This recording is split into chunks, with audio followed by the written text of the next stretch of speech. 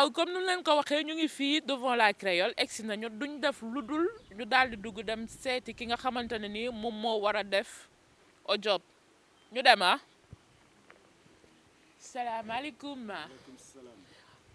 waaw kay ñu ngi nii biir la créole ah fas yéene def suñu émission au job ak waa ji nga xamante ne ni kenn dootu ko présenté moom mi nga xamante ne ni il s'appelle. Sidi Mbaye Nder.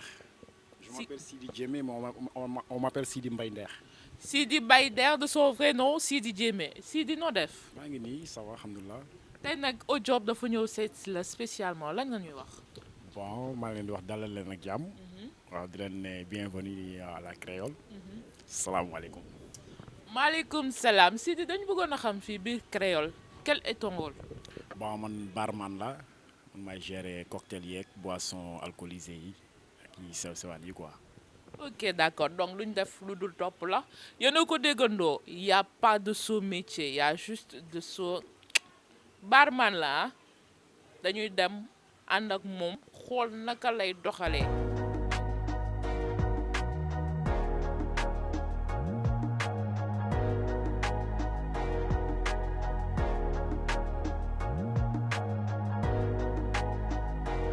Chose promise, chose due, nous sommes là à la créole avec le gars qu'on ne présente plus, le barman de la créole qui s'appelle tout simplement Sidi Djimé de son vrai nom, alias Sidi Baynder. Sidi na nga def. ça va alhamdulilah. ñu sant maa ngi sant bu baax a baax. yaa fi daa ko ruube nag Sénégal yëpp a ngi lay seetaan na nga fexe ba ubbi sa gémmiñ bi. Nous sommes aussi en compagnie de la caissière de son vrai nom, Mariama. Mariama, je te laisse te présenter. Bonsoir. Vous allez bien? C'est Mariam Cissé de la Créole. Je suis la caissière. Mariama mën nga yokk sa baat tuuti rek tuuti rek. mën naa kaa yokk tamit sax xiifuma. ah ok apparemment dafa xaw a timide nii je comprends yow noppil bu yàq émission bi. Je suis aussi en compagnie du frère. Le frère, le nom c'est comment? Paul Ogouole. Bon, mon nom c'est Paul Ogouole, de la Créole, bien sûr. C'est quoi votre spécialité ici? Je suis là comme serveur Comme ça va. et barman en cas d'absence de mon frère Sidi. Non, je suis sûr que le goût, le meilleur, ça vient de toi, hein, mais pas de nous. Nous sommes aussi en compagnie d'un DJ qu'on ne présente plus. Je lui laisse la parole tout simplement. Mu eggale émission bi. Bon, bonsoir tout le monde. Avant tout, Clé, arrête avec tes flattements. Bon, je ne suis pas connu, nulle personne ne me connaît, mais je me nomme tout simplement DJ Yankees. Donc, je te laisse continuer. Mais vas-y, tu peux continuer l'émission. En vas-y. Ok donc comme man maay géwél bi comme d'habitude rek je continue donc comme ni mu ko waxee ca cappaandaw ga ñu ngi fii biir la créole ah on est là tous ensemble avec des serveurs, un barman, un DJ et aussi une caissière qui est une superbe serveuse. Je vais commencer par elle hein. Mariama, le métier de caissière depuis quand l'as-tu commencé? Depuis 2011, quand j'ai arrêté les études. Et qu'est-ce qui t'a poussé à devenir caissière?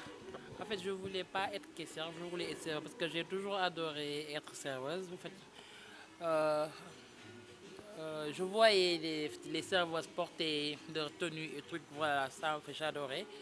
Mais c'est par la suite que, avec mes études, je suis devenue caissière. Mais c'est le milieu, c'est le même milieu. Oui, j'adore le milieu, j'adore vraiment mon boulot. Ouais, je me sens bien ici. Ouais. Et c'est pas trop difficile? Si, des fois, c'est pas facile aussi. Même si je dis que c'est pas difficile, mais c'est pas du tout facile. Ouais. Parce qu'on est obligé de travailler en équipe. Si je suis pas en collaboration avec mes collègues, ça va pas être facile pour moi, vraiment. Je suis obligée en fait, d'être généreuse, d'être compréhensible avec mes collègues, sinon ça passe pas. Ouais. Et là, vous êtes une femme dans un milieu. Et on sait tous que on a une mauvaise image des femmes dans les milieux, d'après les radars, quoi. Qu'est-ce que tu peux nous dire par rapport à ça? C'est difficile, mais c'est juste pour ne pas rester à la maison. Parce que des fois, tu te fais insulter, En fait, on traite tous les noms d'oiseaux, même dans ton propre quartier. C'est pas seulement au boulot, même dans ton propre quartier, tu te fais traiter de tous les noms d'oiseaux. Mais tu es obligé, tu ne peux pas rester à la maison à quémander. C'est pas facile. C'est juste pour cela qu'on en fait, qu'on tient toujours. C'est pas facile. Des fois, tu n'as même pas envie de venir au boulot. Sauf que quand tu es obligé, dans ta tête, tu te dis qu'en fait, j'ai personne, donc je dois travailler. Tu te lèves le matin, tu prends ton sac et tu viens bosser. C'est pas du tout facile pour nous. C'est un métier comme tous les autres métiers. En fait, chacun a son objectif. Quand tu viens au boulot, tu as quelque chose dans la tête. Et c'est quelque chose là qui te suit. Et c'est vraiment, c'est pour cela qu'on vient au travail. J'ai besoin de mon boulot. Quel que soit en fait, ce que les gens disent, ça ne m'intéresse pas. C'est juste que j'ai besoin de mon boulot, c'est ça. J'ai besoin de prendre soin de moi, d'être indépendant, c'est ça. Ouais. Je vous rappelle que vous êtes là, plus précisément à la Créole, dans votre émission Au Job. Il n'y a pas de sot métier dans mon émission. Mais surtout en gëm sa bopp parce que àdduna bi life bi dafa nar a métti bi nga xamante ne soo gëmul sa bopp doo ci génn ah Mariama lan ngay wax xale yu jigéen ñi nga xamante ne ni bëgg nañ def comme yow te amuñu fit. En fait ñàkk fit amu ci parce que je me dis que kenn warul toog te je pense que weer bu dee booy fay en fait booy faj say soxla war na doon mu doon sa ñàkk pas nga yaakaar ci kenn parce que dëkk bi fi ñu jëm dafa chaque jour day gën a métti donc ci koy yaakaar am na ku mu yaakaar te dëkk bi dafa métti donc je pense que dañ jóg ñun ñëpp ñu liggéey kenn jàppale ci kenn même boo amee lenn loo xam da nga koy jàpp nga am 10 000 francs à la fin du mois nga xam ne lii man maa ko moom laajtewu ma ko ñaanu ma ko dafa neex weer bu dee nga faj sa soxla nañu jóg ñu liggéey bàyyi en fait góor ñu comme tout le temps ñoom dañuy xas naan dañoo bëgg lu yomb ñu bàyyi bëgg lu yomb te liggéeyee suñu bopp am lu ñu mënal suñu bopp c'est ça waaw. di sant sama collègue di leen gërëm vraiment surtout Sidi parce que il est au bar vraiment il m'aide dans mon travail parce que des fois da ngay am yoo xamante ne tu peux pas être au four et au moulin da ngay am yoo xam da ngay fàtte mais il laisse rien passer lépp da koy kii Paul aussi voilà parce que équipe la comme je te l'ai dit au début équipe la man su ma fi nekkul ñoom ñoo fi nekk des fois nga tardé boo fi tardé ñoom ñoo fi nekk moom mooy servir mën na servir dugal ci poche am et manquant bi tout le temps dañ naan la caissière bi la ñoom kon bu ñu la jàppalewu day métti et di sant suñu patron sant gérant bi Basile ak ñeneen ñi nga xamante ne je parle en fait au nom de l'autre caissière parce qu'il y a une autre caissière Célestine Sambou on est deux ici quand j'ai besoin quand je m'absente elle est là quand elle est aussi s'absente moi je suis là donc on est une équipe Créole c'est une équipe vraiment on s'entraide on se comprend parce que c'est notre seconde famille dañuy ñëw parce que li ñuy xamante ak waa kër gi li ñu nekk suñu waa kër dafa néew li ñuy nekk ak waa Créole moo ëpp te vraiment man daal vraiment je tiens beaucoup à ce boulot à cause du personnel à cause de mon boss du gérant et de toute la Créole vraiment merci. Comme elle a si bien dit, la Créole, c'est une famille et on se sent bien ici. Je suis là avec mon barman préféré qui se nomme Paul. Paul, bonsoir. Oui, bonsoir madame. Je vais très bien chez vous. Paul, vous êtes de quelle nationalité? Moi, je suis un Béninois en fait. Un Béninois. Oui, Ah, frère de cœur.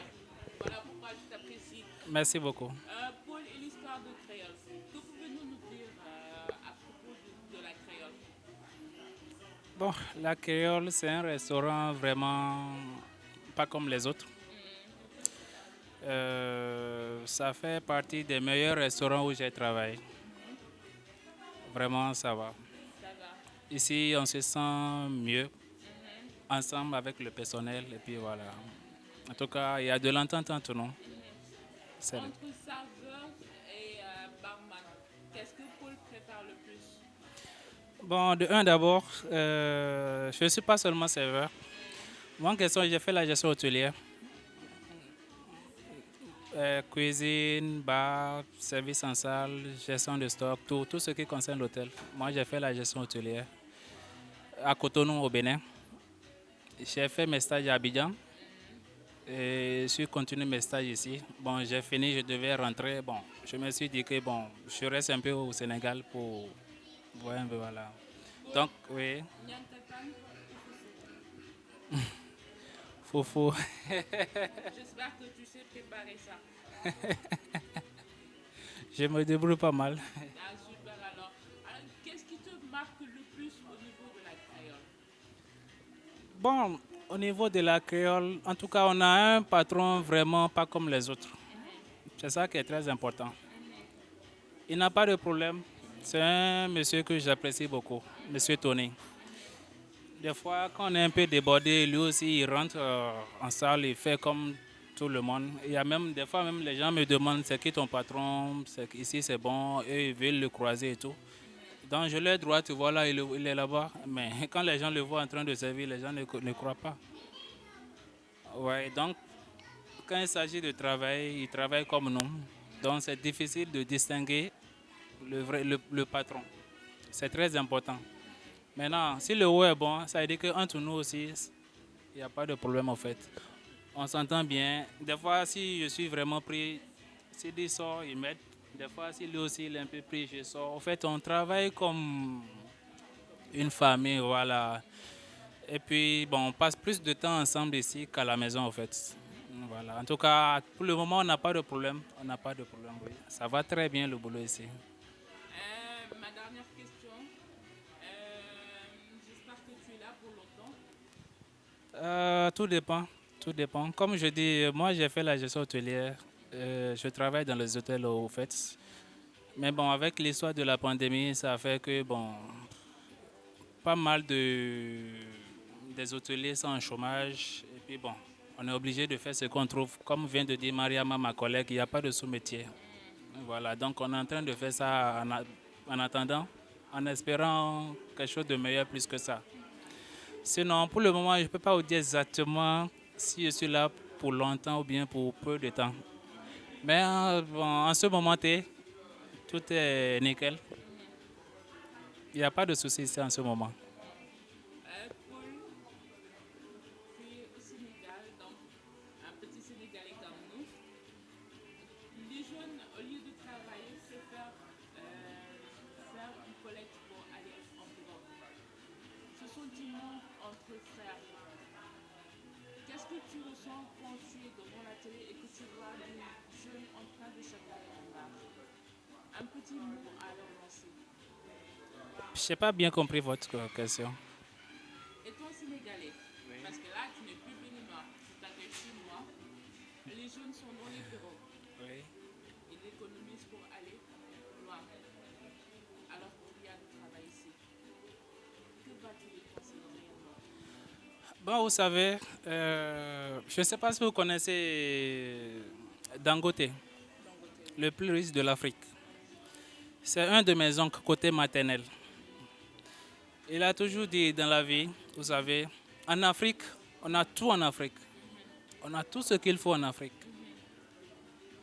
Le problème qui se pose ici en Afrique, c'est que, en fait, il y a nos gouvernements se laissent diriger par les Occidentaux. C'est ça qui met assez de problèmes sur le continent africain. Sinon, en Afrique, on a tout. Que ce soit au Sénégal, que ce soit chez moi au Bénin, on a tout en Afrique. Mais le problème qui se pose, c'est quoi? Pour travailler en Afrique et avoir un capital pour investir dans tes propres affaires, c'est pas facile.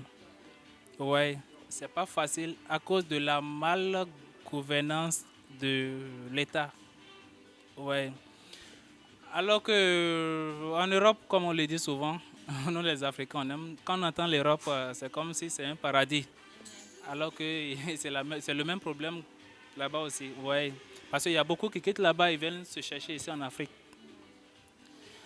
Donc, bon, moi, ce que je peux les conseiller, et bien avant ça, parce qu'en Europe, on se dit que là-bas, on a plus d'avantages qu'en Afrique. C'est vrai, c'est pas facile, mais on essaie d'y aller pour voir réellement et de vraiment forcer les choses. Parce que quand tu arrives à aller en Europe, en 1 an ou en 2 ans, ce que tu peux gagner là-bas, tu ne peux pas le gagner ici en 5 ans. Tu vois? Donc, quand tu te débrouilles pour partir, c'est vrai, tu vas souffrir, c'est pas facile. Surtout quand tu n'as pas de parents là-bas, tu vas souffrir. Donc, ce que tu peux gagner là-bas en 1 an ou en 2 ans, quand tu retournes, tu peux mieux investir dans tes activités. Donc, pour moi, ce que je conseille à ceux qui vont en Europe, c'est vrai, c'est pas facile. Mais si moi j'étais à leur place, Bon, chacun avait son métier quand même. Si moi j'étais à leur place, j'allais rester. Parce qu'on se sent mieux chez soi. J'allais rester, me débrouiller jusqu'à ce que Dieu dira Amen. Et puis voilà. Bon, dans le cas contraire, surtout nous dans notre domaine, vous savez, les serveurs, les serveuses, les clients ne les respectent pas en Afrique. Les clients ne les respectent pas en Afrique. Quand une serveuse vient se présenter devant toi, de un, la première chose, les clients se disent que celle-là, c'est une pute. En fait, c'est pas trop cool, en fait. Alors qu'au cas contraire, de l'autre côté, en Europe, une serveuse ou bien un serveur, on le respecte de A à Z. Pourquoi? Parce que le serveur ou bien la serveuse, là, lui seul ou bien elle seule, elle peut te tuer comme elle peut te sauver aussi. Vous savez, actuellement, on vit dans un monde un peu bizarre. Par exemple, si vous êtes la patronne d'une compagnie hôtelière et que, par exemple, vous n'êtes pas gentil avec vos employés, alors que vous avez des gens derrière qui peut-être cherchent à vous tuer ou bien cherchent à vous mettre les bâtons dans les roues, s'ils savent qu'ils ne peuvent pas vous affronter vis-à-vis entre vous et eux, ils peuvent facilement passer par vos employés. Alors que si vous n'êtes pas cool avec les employés, on leur propose juste un 40 millions ou un 50 millions. Ces gens-là passent et puis on vous élimine comme ça. Ouais. Donc en Europe, les gens respectent mieux le boulot là qu'en Afrique. Ouais. Donc, si aujourd'hui les jeunes vont en Europe pour se faire... Bon, au fait, ils ont raison, mais ils n'ont pas raison aussi. Mais bon, c'est la situation qui oblige. Hein. Donc, c'est ce que je peux dire. Mais moi, personnellement, bon, si quelqu'un a la chance d'aller, la personne n'a qu'à partir. Mais le fait de partir en pirogue et mourir dans l'eau, là, c'est ça qui n'est pas bon. C'est ça qui n'est pas bon. Parce que même si tu restes ici, tu souffres un peu. Tu as un peu, même 1, 2 millions, 3 millions, 4 millions. Tu peux avoir la chance d'aller et de revenir. Au lieu d'aller te faire tuer. Donc, c'est un peu ça, en fait. Merci beaucoup. Je vous en prie. Merci beaucoup. En tout cas, nee naa la nii lay demee saa su nekk yaa ngi sa biir émission Au Job.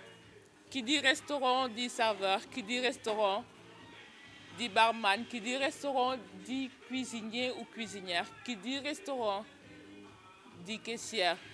Mais restaurant tamit mënul dem mukk sans un DJ. Mais balaa maa tourné ci moom lenn rek laa am pour wax leen gëm leen seen bopp. Il n'y a pas de sous métier, il y a juste des sous gens. Li ngeen di jël di ko demee ci biti liggéey ci tekki ci moo ko gën ndax da ngeen di dem bàyyi jaboot te après kenn di xam noo leen di mujjee. En tout cas, merci beaucoup à toi Paul. Ñu daal di tourner nii ci waa ji nga xamante ne nii l'homme aux doigts de fée qu'on ne présente plus Yankiza. Quand même.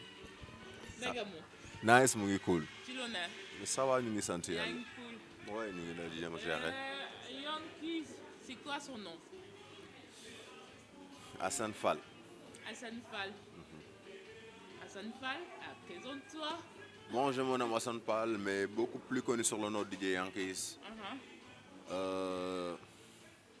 Voilà, c'est tout. Hein. C'est tout. C'est tout, Tu DJ fais quoi Yankees. dans la vie? Je suis DJ, Hormis DJ? animateur. Hormis DJ, tu fais quoi?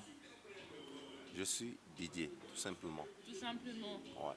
jàppal loolu DJ tout simplement dinañ ci ñëwaat leneen ak leneen mais Assane DJ temps yi doxul de. Doxul, mais on essaie de faire avec. Waaw. Àdduna demee noonu parfois yàlla dañuy woon lu bëri pour mun ñu jàngal comme pandémie bi ni ko yàlla tegee suñu kaw. Nattu la wala du nattu en tout cas gëm nañu nattu la te ñu ngi ñaan yàlla mu teggil ñu ko ak jàmm. C'est vrai métti na mais jàmm day nangu ndogal. te loolu lañ fi am nangu nañ ndogal. macha allah borom kun fayakul. borom kun fay mi nga xamante ne dara tuwu ko dina defaraat ba jàmm. dina defaraat lépp incha allah. incha allah. c'est juste que ni après dinañu permettre lii yëpp ñu war a mën a jàngaat muy ñun muy resto muy bar képp ku nekk ci àdduna pandémie war na mën a jàngal lu bëri ci àdduna. parce que jamono jii ku ne instant yi nii neex na ci yow fa dëgg yàlla waxuloo dëgg man astafurlah ngeen baal ma ci kàddu googu mais je pense que ni loolu amul kenn nekkul ci jàmm kenn mënul nekk ci jàmm parce que bu xel dalul jàmm amul xel mu dal ak wér-gu-yaram moo yor àdduna bu sa xel dalul te wéeruloo booy dox di calculer xamuloo foo jëm ñëpp a ngi ragal takk leen seen ay masque fu nekk coow li nga koy dégg fii am na cas fii am na cas dootoo xamante yow foo jëm mais c'est juste que tamit nag je blâme un peu aussi l'État fam loo xamante ne mooy li nit ñi di lam-laame rek ci digg dëkk bi que ni on dirait que ni coronavirus à partir de 21h ou 22h lay dox sérieusement bon je blâme un peu l'État parce que je peux pas concevoir en arrivant fii man bi may ñëw bon fi mu dëkk fi sarul donc j'ai préféré marcher bi may ñëw tu vois embouteillage bi nga xool oto yëpp transport en commun yi ils sont bien remplis attends corona bi lan lañ ci wax distanciation. donc bus bu demee ba fees del car rapide fees del taxi fees del foofu ban distance moo fa am moo jaaxal ñëpp. est-ce que masque bi am na fa njëriñ moo jaaxal ñëpp. nga bëgg ñu tëj ba 21h c'est quoi le deal moo jaaxal ñëpp. c'est quoi le problème bon nga bëgg ñu tëj 21h di ñu sonal 21h bi ban njëriñ la am ban njëriñ la am da ngay xëy fajar teel nga dem marché nga fekk marché yi fees dell boutique yi dëkk bi foo tourné mu fees dell 21h fii ñi fi sérieusement Sénégal fii 99% bi 21h lañ fekk seen biir kër donc ñun lañ ciy cible ñun lañ ci sonal ñi nga xam ñooy liggéey guddi yi te et puis ñun ñoo mën a gën a respecter les mesures barrières que li am ci marché yi di ko am ci dëkk bi li ngay gis chaque jour man à chaque fois du ma bëgg génn bëccëg parce que su ma génnee sama xol day jeex tu vois même les policiers ñu taxaw ci kaw tali bi du ñu takk seen masque certains policiers ñoom dóorukaay lañ ko jàpp dañ lay ñëw jàpp nii pour encaisser après dem seen yoon c'est que Sénégal dëkk la dëkk boo xamante ne dafa bëri xaw ma nan laa ko mën a tuddee comme ni ñuy naan masla amul ci benn religion boo dem ci àdduna bu lay ne fen baax na te fen sénégalais loolu la tàmm mooy masla loo wax mu ne nañ ko masla nañ ko neexal alors que ne loolu lépp ay fen la ngeen baal ma ci terme nag bu insolent wee mais c'est juste que ni par saa yi du ñu nangoo waxante dëgg dañuy xam li nekk ci dëkk bi li fiy metti ak bu koy metti mais dañ koy gis dëgg suñ tàng ne nañ ko masla tant que Sénégal masla jeexu fi dëkk bi dinañ ko yéex a régler pandémie bi mënoon na fi am na fi mais mënoon nañ ko gérer autrement ba du ñu atteindre benn niveau bi fépp foo dem ci àdduna buñ doon jël dëkk yi nga xamante ne buñ doon jël par exemple 1000 pays yoo xamante ne carrément Covid-19 touché na leen à 50%. Sénégal du bokk sax maanaam ci 100 000 pays yi ñuy casting parce que amaguñu benn taux boo xamante ne lii France demal France nga xool c'est des milliers de personnes ñoo ci wàcc nga dem États-Unis pareillement mais ñoom seen jëm bopp xam nañ ni ñu koy gérer mais ñun suñu dëkk li ñu sonal mooy politique lépp la ñuy politiquer du ñu wax dëgg population bi boo taxawee nit man boo taxawee man nga ne ma par exemple nga présenté wu man mii comme clé nga ne ma c'est moi Clémence je suis politicien carrément man pare naa ci yow sérieusement parce que boo waxee politicien dañ naan fii ay fenkat dañ duñ la wax dëgg. damay politique nag waaye duma fenkat waaye nana la saa su nekk nii lay demee yaa ngi ci biir li nga xamante ne nii moom mooy sa émission Ojob mais Yankees tey jii suñu pare woon nii parce que yaakaar naa couvre-feu jeex na ba pare le 20 rek mu jeex incha allah ci li ma foog nee na waa ji nee na muñ ko rek léegi mu jeex fii àdduna loo fi muñ day jeex yaakaar naa ñu ngi ñaan yàlla mu tegg ñu li nga xamante ne nii tegu na suñu kaw tegu na kaw àdduna wërngal këpp mais Yankees tey jii ma lay laajte tey animateur ñaata lay gagné DJ ñaata lay gagné benn soirée rek. non. boobu rek laay tëjee waxal kese. parce que maag yow foog ñu toog daal def audio boo xamante ne damay dajale nu ñu koy waxatee animateur yëpp ngeen wax. je pense que ni question foofu lañ koy mën a étaler parce que li Yankees di gagné Jean di ko gagné wala Paul di ko gagné c'est pas pareil. waaw c'est pas pareil donc. kon lu nekk ak level am. mais ça dépend.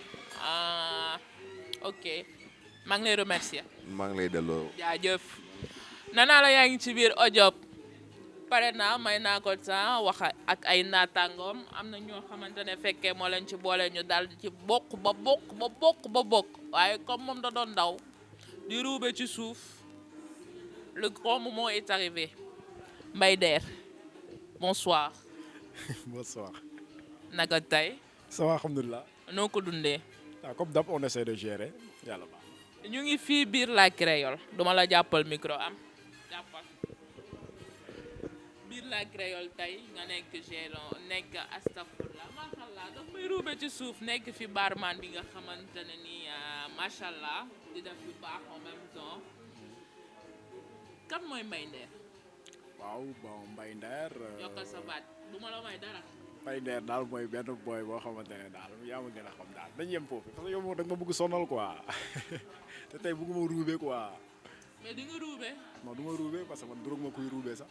ok Mbaye Der barman Mbaye Der di defar ay cocktail yu toj sa histoire ak cocktail fan la jóge waaw sama histoire ak cocktail nag yàgg na quoi te maa ngi ci métier bi depuis 2000 waaw depuis 2000 quoi du doon ñafe parce que bon boo gisee ma dugg ci métier bi parce que tey grâce ak sama frère quoi parce que man dama terrible woon quoi dëgëroon bopp xam nga di def ay école bichonnière xam nga yaa ma gën a xam di sàcc mango comme gars yi ñu ko daan defee temps booy mais bon mais boo demee ba toll benn niveau bi xam nga rek da ngay bàyyi yenn yi quoi sama frère moo ma jël dugal ma fa quoi parce que sama père moo fa newoon après samay frère tey man maay caat tey man maa ci topp ba tey ñoom ba léegi ñu ngi ci métier bi parce que ñoom tey mun naa leen ne ñoom ñëpp ay chef de bar lañu ñoom ñoo ma jàngal métier bi dugal ma ci métier bi ba tey ji ma am man li ma bëgg quoi mais teewul nag ba léegi pare gu ma maa ngi ci ñafe gi ba léegi pour xam exactement parce que métier comment ko restauration musul jeex chaque jour day am ay nouveau loolu la demee waaw. bar nekk milieu boo xamante ne ku ko dégg sa xel xaw a am fu mu dem est-ce que yenn heures yi arrangé na la lan mooy inconvénient wu bar. waaw bar nag bon boo déggee bar rek parce que tey ñun surtout ñun fii Sénégal boo xasee ba ne bar rek dañ lay dëkkal foo xamante ne dëkkoo fa quoi wala ñu naan kii am na lu muy def lu bokkul ak li nit ñi xam mais métier bar boo déggee bar maanaam mun naa ne restauration la daal c'est restauration moo yaatu tellement parce que y a tout dedans am na lépp mais bar bi moom ñun surtout Sénégal ñun bar bi moo ñuy sonal boo déggee ku ne bar rek man bar laay liggéeyee rek xelam day ñaaw surtout nag jullit xelam day ñaaw looloo tax waaw. te ndeysaan mu nekk liggéey bu noble bi nga xamante ne nii góor da koy def jigéen da koy def muy def loo xamante ne nii des fois nit yi dañuy foog ne ci sàngara rek la des yéen a ngi nax seen bopp ndax yenn saa yi nga tombé cocktail yoo xamante ne duñu am dara ci sàngara mu doon liggéey boo xamante ne nii liggéey bu noble la soo taxee ma ne la lan liggéey bu noble la. yaa ngi ci gis koo xamante ne mu ngi naan li nga xamante ne ni benn cocktail la bu amul alcool pourtant mu ngi yëg neexaay bu muy yëg ci biir xolam moom ak yàlla ko ta ko xam Sidi ma bëgg nga wax ma yan différents cocktail ñoo am xeetum cocktail yi xeetum baax yi nag xeetum cocktail dafa bare tellement parce que cocktail moom parce que tey mun naa ne restauration art la quoi art la ki la daak créer rek moo la gën a nekk ca kaw mais xeetu cocktail yi dañoo bëri waaw ak yeneen bëri na laa xeetu cocktail moom mun ma la limal lépp parce que chaque jour que Dieu fait mun naa ne chaque minute sax am na ay nouveau cocktail yu génn loolu la quoi. dina dégg loolu chaque jour am na ay cocktail yu bees yu génn yow yow moomu noonu yow laa waxal new ma la nga toog foofu di jéem a créer dara est-ce que yaa ngi may dégg mais tey li ma bëgg a xam moom mooy. ak Covid bi nii est-ce que ça marche. bon ak Covid bi nag moom wax dëgg fa yàlla nag moom bon dara doxul quoi dama ne Covid rek mu daal jël baat bi wàccee ko ci suuf pour wane ne dara dox dara mais dara. non demeewul noonu sax c'est que xam nga Covid bi bon bloqué na lu bëri daal. bloqué na lu bëri parce que chômage bi dafa gën a bëriwaat am na ñoo xam ne tey seen liggéey doxatul parce que ci la ñuy suturu yóbbu ko seen famille looloo tax quoi mais Covid bi moom franchement ñun moom bu ñu sañoon moom bon ñu bàyyi ñu liggéey mais teewul dañuy jël suñu mesure waaw loolu la quoi. na ngeen bàyyi nit ci ñu liggéey ay père de famille lañu ay mère de famille lañu ay soutien lañu nga war a ñëw benn restaurant boo xamante ne dafa embaucher plus de 20 personnes ñu daal di limoger ñenn ñi wala di liggéeyloo ñenn ñi di bàyyi ñenn ñi ba semaine prochaine am na lu ko tane bàyyi leen nit ci ñu liggéey ba leen nit ci ñu liggéey par contre man tey jii dama lay laajte créole nga nekk restaurant yi bëri na bar yi bëri na lan moo tax nga taamu créole lan. la moo tax ma taamu créole parce que bon créole mosoon naa fi nekk. mu jógee fi dem feneen. mais teewul bon parce que dañu naan nit ki tey sa wërsëg bu jeexul fenn noo munti def da nga fay delluwaat bon gérant bi ak boss bi gis nañ sama liggéey xam nañ sama liggéey teewul boobu ak léegi teewul maa ngi woon beneen côté mais ñu ngi ma doon woo à chaque fois ñëwal soxlawaat ma bon ba tey ji yàlla dogal loolu ma dellu si waat créole mais créole moom moo dàq ci restaurant yi ma jot a xam man franchement fii moom jàmm a ngi fii travail d'équipe am na fii lépp daal moo fi ne waaw. yéen a ko déggandoo ñoo ko déggandoo tey jii suñ doon def joxe ay étoiles créole ñaata étoile nga koy jox. créole 5 laa koy jox. tamit du ma wàññi 5 étoiles laa koy jox. 5 étoiles. hôtel Paul moom tamit dina joxe loolu. Paul si on donnait des étoiles à la créole tu donnerais combien d'étoiles. Comme vient de dire Sidi, il n'a pas raison. C'est vrai, on n'a pas les moyens qu'il faut, mais le service est exceptionnel. Alors, chers téléspectateurs, n'hésitez surtout pas à venir faire un tour à la créole et goûter les cocktails de Paul et Sidi. Je vous jure que c'est... Bon, dernier kàddu bi lan la. waaw dernier kàddu bi mooy bon ñaanal leen yéen d'abord. yàlla jàppale leen baat bi gën a wér. ngeen nekk ci liggéey bi du ñu jàppale du ñu gungewaale tamit parce que tey yéen a ñu fi nekkal bu ñu amee lu ñu métti si yéen la ñuy ñëw yéen it boo leen amee lu leen neex da ngeen di ñëw si ñun boo leen amee lu leen métti da ngeen di ñëw si ñun pour ñu mun ko partager parce que ñun ñëpp benn la ñu quoi. Nous sommes toujours à la créole en compagnie d'une charmante dame madame nanga def. Ça va. Tur bi naka la. Julie. Julie naka tey.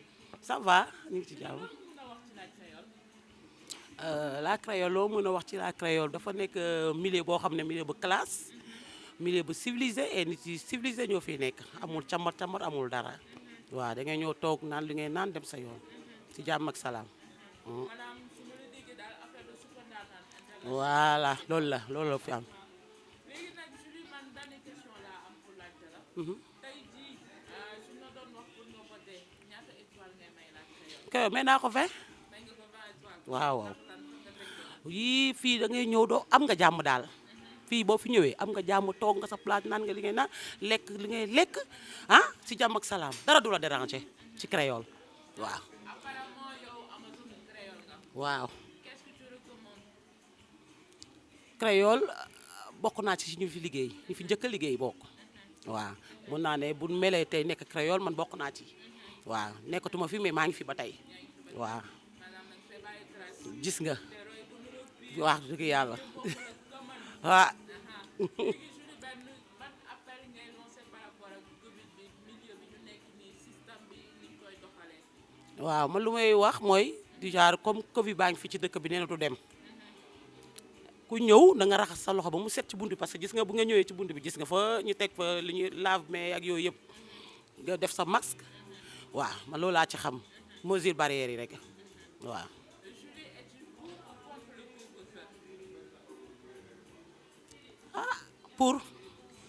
pour nit ñi feebar mën a dem daal ndax gis naa ne peut-être couvre-feu bi di wàññi na lu bëri waaw.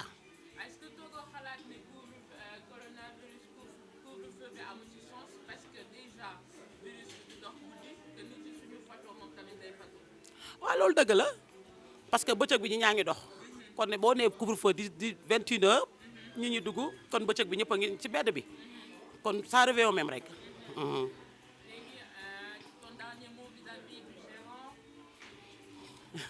gérant bi sama gaayet la sonal naa ko laqal naa ko su ma ñëwee fii sax xoolal lu ne laay def ci biir kër gi malgré kër gi civilisé la xaw ma tuba daal xaw ma mooyu may wax ci créole créole moom foo ko xalaat rek dépassé dafa waaw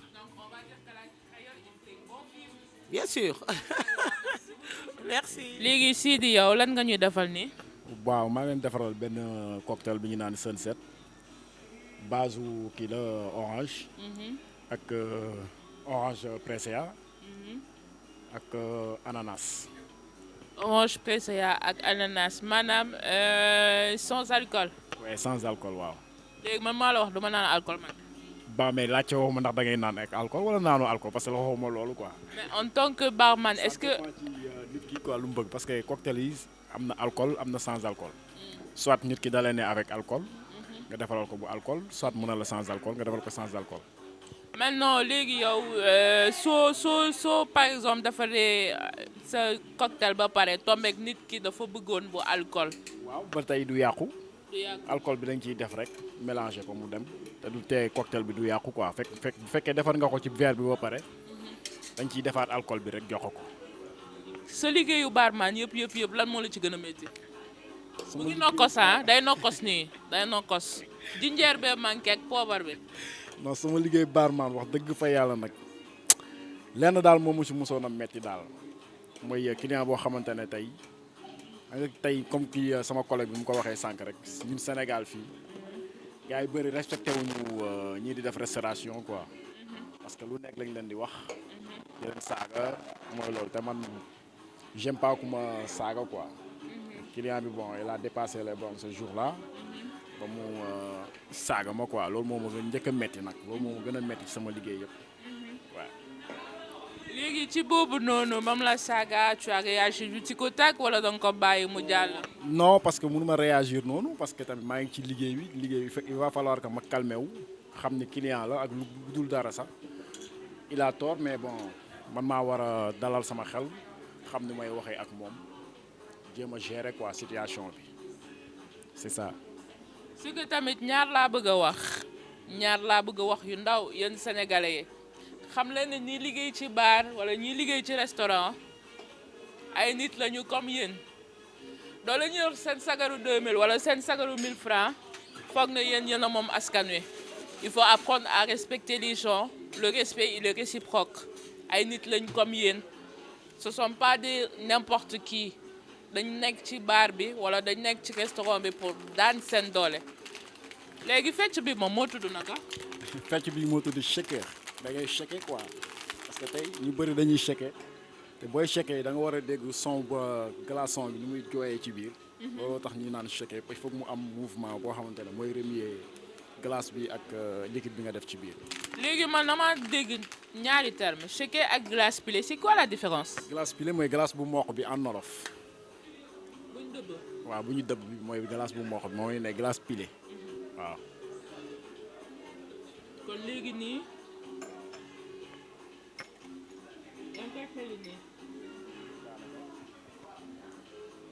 nii pare na. na pare grenadine bi. changer un peu de couleur. ok.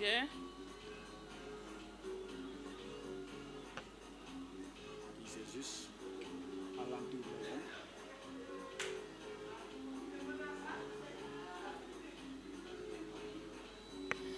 Elzo, j'espère que yaa ngi xool j'espère que yaa ngi jàng ça se passe comme ça fii rek la ku bëgg a ñam ay cocktail yu neex nee naa la c'est une seule adresse la Créole niché au cœur de Jet-d'eau entre Jet-d'eau je peux dire et Liberté 2 fii ngeen di ñëw fekk fii ay barman yu exceptionnel ñu defal leen ay cocktail yu toog yu neex yu amul fenn mais Sidi est-ce que cocktail c'est pour toutes les bourses. Bon, ça dépend ci déggin parce que ñëpp boo ko jéem parce que kii bëgg na ko kii bëggu ko. muy wax lu am solo ça dépend ci déggin mais ba léegi tontoo goma est-ce que cocktail bourse yëpp mën nañ ko am. mais pourquoi pas parce que moo tax soo gisee ma ne la ça dépend parce que ñëpp bokkuñu yem kii bëgg na ko kii bëggu ko kii poosam diis na kii poosam diisul parce que ku nekk yow tey boo demee marché boo yoree 500 li nga yor xam nga li ngay jar li nga bëgg a jënd lu muy jar looloo tax ma ne la ça dépend ci nit ki. kon benn mezzo bu jógee fële yor téeméer wala benn elzo bu jógee fële yor téeméer su ñëwee ne la cocktail laa bëgg est-ce que di nga ko defaraat. waaw bu ma nee cocktail laa bëgg yor téeméer dinaa ko ne cocktail bi temps lay jar ça dépend nag mun nga ko ne temps lay jar mu ne la ah man de dama foogoon lii lay jar mais bu fekkee yow bëgg nga ko attirer bëgg nga xëcc ko mu ñëw am na noo ko koy defaree da nga ko koy defar ba may ko te doo ko jaay. c'est juste rek pour xëcc client bi mu ñëw. tey jii en tant que barman est-ce que man su ma ñëwee ne la dama soxla nga jàngal ma ay cours jox ma ay techniques yoo xamante ne ni su ma wéetee man kottu sama kër mën naa ko def est-ce que c'est possible. bien sûr pourquoi pas loolu kay c'est possible loolu kay daf may neex man daf may neex parce que tey ku ñëw ne la dama bëgg def métier barman man dama ciy kontaan quoi. dama ciy kontaan parce que fierté la ci man quoi surtout na ma jàngal koo xamante ne dem nga ba suba nga ñëw ba romb ma ba am loo xamante ne man aw ma ko woon dama ciy kontaan mbégte lay doon ci man. ñu ngi lay jaajëfal. merci beaucoup. En tout cas, bienvenue à la Créole. N'hésitez surtout pas à venir demander l'avis d'expert barman bu leen toog seen kër di jël ay liqueur di jaxase mbaa di jël ay boissons di jaxase cocktail daa am yoon bu muy jaar ba egg fu mu war a egg. Merci beaucoup, c'était Ojob. Mention spéciale à vous. Merci à Pierre Zé, mon caméraman de luxe, je t'adore.